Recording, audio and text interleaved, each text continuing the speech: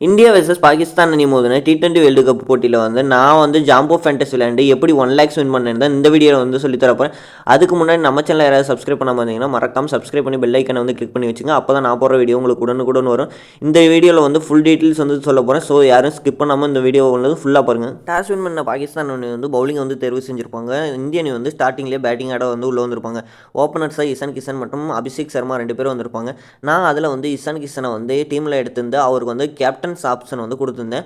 நான் வந்து அபிஷேக் சர்மா வந்து எடுக்கல. அதற்கு காரணம் என்னன்னா, அவர் வந்து இன்ஜுரியிலேருந்து வராரு. அவர் ஸ்டார்டிங்லேயே இப்படி விக்கெட் விட்டுருவாருன்னு நான் வந்து நம்பினேன்.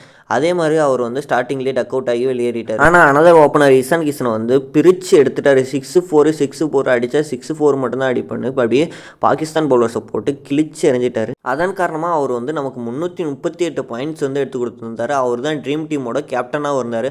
பேட்டர்ஸில் வந்து ஃபஸ்ட்டு வந்து திலக் வர்மா எடுத்திருந்தேன். அவர் ஒரு டீசென்ட் பர்ஃபார்மன்ஸ் பண்ணார். அது இல்லாமல் பவுலிங் போட்டு ஒரு விக்கெட் வேறு எடுத்து கொடுத்துருந்தாரு. அவர்னால எனக்கு வந்து 86 பாயிண்ட்ஸ் வந்து கிடைச்சிது. அடுத்த பேட்டர் யாருன்னா பாகிஸ்தான் அணியோட ஓப்பனரான ஃபர்கான். அவர் தான் என்னோட ஒஸ்ட்டு பிக்கு இந்த போட்டியில் வந்து அவரால் எனக்கு பாயிண்ட்ஸே கிடைக்கல. வெறும் 2 பாயிண்ட் தான் கிடைச்சிது. அடுத்து வந்து சல்மான் ஆகா. அவரால் எனக்கு வந்து பேட்டிங்கில் பாயிண்ட் கிடைக்கலனாலும் பவுலிங்கில் வந்து ஒரு விக்கெட், முக்கியமான விக்கெட், அபிஷேக் சர்மா விக்கெட் எடுத்து 52 பாயிண்ட்ஸ் வந்து எடுத்து கொடுத்தாரு. அடுத்து வந்து ஆல்ரவுண்டர் ஸ்லாட் ஃபஸ்ட்டு வந்து சிவம் டூபே. அவர் வந்து குயிக் ஃபயராக ஒரு 27 ரன் அடித்தார். 3 4 ஒரு 6ன்னு. அது இல்லாமல் ஒரு 2-3 கேட்ச் பக்கம் பிடிச்சாரு. அதனால எனக்கு வந்து அவர் 73 பாயிண்ட்ஸ் வந்து எடுத்து கொடுத்தாரு. அடுத்து வந்து சைம் ஆயுப். அவர் வந்து எனக்கு வந்து 232.5 பாயிண்ட்ஸ் வந்து எடுத்து கொடுத்துருந்தாரு. அவர் தான் ட்ரீம் டீமோட வைஸ் கேப்டன். நானுமே அவரை வந்து வைஸ் கேப்டனாக தான் போட்டிருந்தேன். அதனாலேயே எனக்கு வந்து பாயிண்ட்ஸ் வந்து அப்படியே இன்க்ரீஸ் ஆயிடுச்சு. அவர் வந்து பேட்டிங்கில் சொதப்பியிருந்தாலுமே பவுலிங்கில் வந்து 4 ஓவர் போட்டு 3 விக்கெட்ஸ் வந்து எடுத்து கொடுத்தாரு. அதனாலேயே அவரோட பாயிண்ட்ஸ் வந்து டபுள் மடங்காக வந்து இன்க்ரீஸ் ஆயிடுச்சு.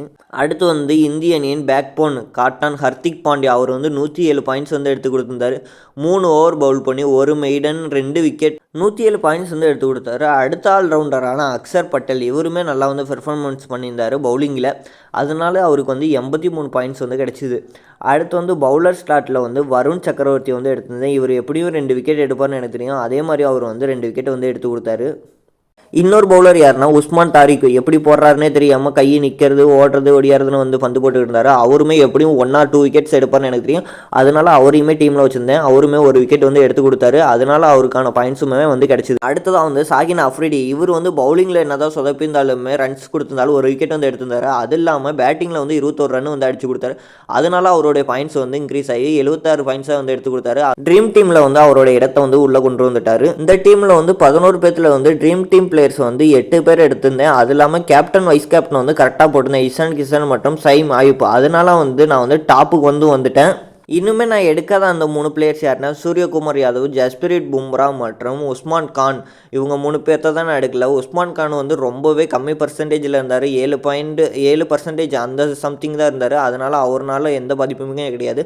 சூரியகுமார் யாதவ் எடுக்காததுக்கு வந்து இவர் சல்மான் ஆகா. அவர் வந்து பெர்ஃபார்மன்ஸ் பண்ணிட்டார். அவருமே 52 பாயிண்ட்ஸ் வந்து எடுத்து கொடுத்துட்டாரு. அதனால் ஒன்றும் பிரச்சனை கிடையாது. இந்த போட்டியில் வந்து 125 ரூபா கண்டஸ்ட்டு வந்து கட்டினா 1000 ரூபா வந்து கிடைக்கும். அந்த கண்டஸ்ட்டில் வந்து நான் வந்து ஜாயின் பண்ணியிருந்தேன். எனக்கு வந்து டாப் 1லேயே வந்துட்டேன். நான் வந்து 450 பேர்த்தில் வந்து ஃபஸ்ட் ஆளாகவே வந்துட்டேன். 450 பேர்த்தில் வந்து 50 பேர்த்துக்கு வந்து ப்ரைஸ். ஆனால் நான் வந்து டாப் 1ல் இருந்தனால என்னை அடிச்சுக்க வந்து அங்கே யாருமே இல்லை. நான் தான் ராஜா. அந்த மாதிரி நான் தான் ஃபஸ்ட்டு பிளேஸ். அதனால தான் எனக்கு வந்து டாப்பில் இடம் கிடச்சிது. 50 பேர்த்துக்கு தான் இந்த இதில் வந்து ப்ரைஸு. ஆனால் நம்ம வந்து டாப்புக்கே வந்துட்டோம். இந்த டீம் எப்படி வந்து கிரியேட் பண்ணினா மேக்ஸிமம் வந்து நல்லா விளையாடக்கூடிய பிளேயர்ஸ் வந்து எடுத்திருந்தேன். இசான் கிஷன், திலக் வர்மா, சல்மான் ஆகா மற்றும் சிவம் டூபே. ஆல்ரவுண்டர்ஸுக்கு வந்து கொஞ்சம் வந்து முக்கியத்துவம் கொடுத்துருந்தேன். ஏன்னா அவங்க பேட்டிங் பவுலிங் ரெண்டுமே பண்ணுறதுனால அவங்களுக்கான பேட்டிங்கில் விட்டாலுமே பவுலிங்கில் வந்து எடுத்து கொடுத்துருவாங்கன்னு நான் வந்து நம்பினேன். அதே மாதிரி ஹர்திக் பாண்டியா, அக்சர் பட்டேல், சிவம் டூபே, சைம் ஐப்லாம் பேட்டிங் அல்லது பவுலிங் ரெண்டில் எதுலையாவது ஒன்றில் வந்து எடுத்து கொடுத்துட்டாங்க. இதெல்லாம் ஓகேப்பா, 1 lakhsன்னு சொன்னியப்பா, வெறும் 1000 தானே கட்டுறேன்னு சொன்னீங்கன்னா அங்கே தான் ஒரு மிஸ்டேக் பண்ணிட்டேன். 49 ரூபா கான்டெஸ்ட் வந்து நான் வந்து ஜாயின் பண்ணாமலே விட்டுட்டேன். 125 மட்டும்தான் ஜாயின் பண்ணியிருக்கேன். இந்த டீம் மட்டும் நான் 49 கான்டெஸ்ட்டில் வந்து போட்டிருந்தேன்னா டெஃபினட்டாக வந்து 1 lakhs வந்து அடிச்சிருக்கோம். ஆனால் நான் வந்து ஒரு தப்பு பண்ணிட்டேன். அந்த கான்டெஸ்ட்டில் வந்து ஜாயின் பண்ணாமல் வந்து விட்டேன். நான் வந்து 120ல் மட்டும்தான் ஜாயின் பண்ணேன். அதனால எனக்கு வந்து 1000 மட்டும்தான் கிடச்சிது. ஒன்றும் பிரச்சனை இல்லை, நெக்ஸ்ட் மேட்ச்சில் வந்து பார்த்துக்கலாம்.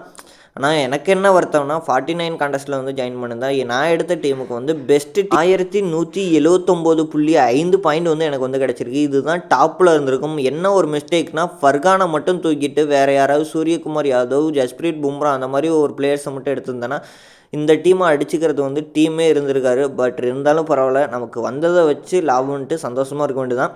நமக்கு இந்த மேட்ச்சுக்கு வந்தது வந்து 1000 ருபீஸ் தான். உங்களுக்கு இந்த கேமை பற்றி ஏதாவது doubts and tips and tricks எது வேணும்னாலுமே கீழே உள்ள கமெண்ட் பாக்ஸில் வந்து கமெண்ட் பண்ணுங்கள். நான் உங்களுக்கு எந்த சந்தேகம் இருந்தாலுமே தீர்த்து வைக்கிறேன். இந்த ஆப்பில் வந்து ஷாப்பிங் கிரெடிட்ஸ் கேம் டோக்கன்ஸுமே இருக்குது. நீங்கள் ஏதாவது ஷாப்பிங் பண்ணணும்னாலுமே இந்த ஆப்பில் வந்து பண்ணிக்கலாம். அது இல்லாமல் கேம்ஸ் விளையாடுறதுக்குமே நீங்கள் வந்து டோக்கன்ஸ் வந்து ரெடி பண்ணிக்கலாம். நீங்கள் வின் பண்ண அமௌண்ட்டை வந்து உடனே வந்து வித்ட்ராவலுமே பண்ணிக்கலாம். மக்களே, இது ஒன்றும் ப்ரமோஷன் வீடியோலாம் இல்லை ஃப்ரெண்ட்ஸ். நீங்கள் வந்து ஆல்ரெடி கமெண்ட் செக்ஷனில் வந்து கேட்டிருந்தீங்க என்ன ப்ளே பண்ணுறீங்க, எப்படி ப்ளே பண்ணுறீங்க, எந்த கான்டெஸ்ட் வந்து ஜாயின் பண்ணுறீங்கன்னு.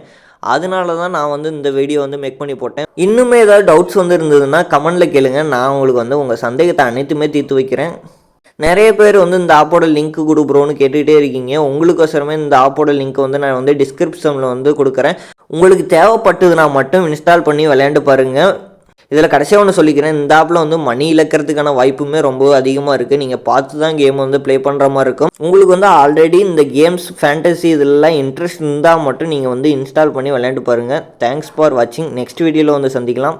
மோர் அப்டேட்ஸ்க்கு தாரா பேஜை வந்து சப்ஸ்கிரைப் பண்ணி வச்சுக்கோங்க. அப்போ தான் உங்களுக்கு வந்து உடனுக்குடன் வீடியோஸ் வந்து வரும்.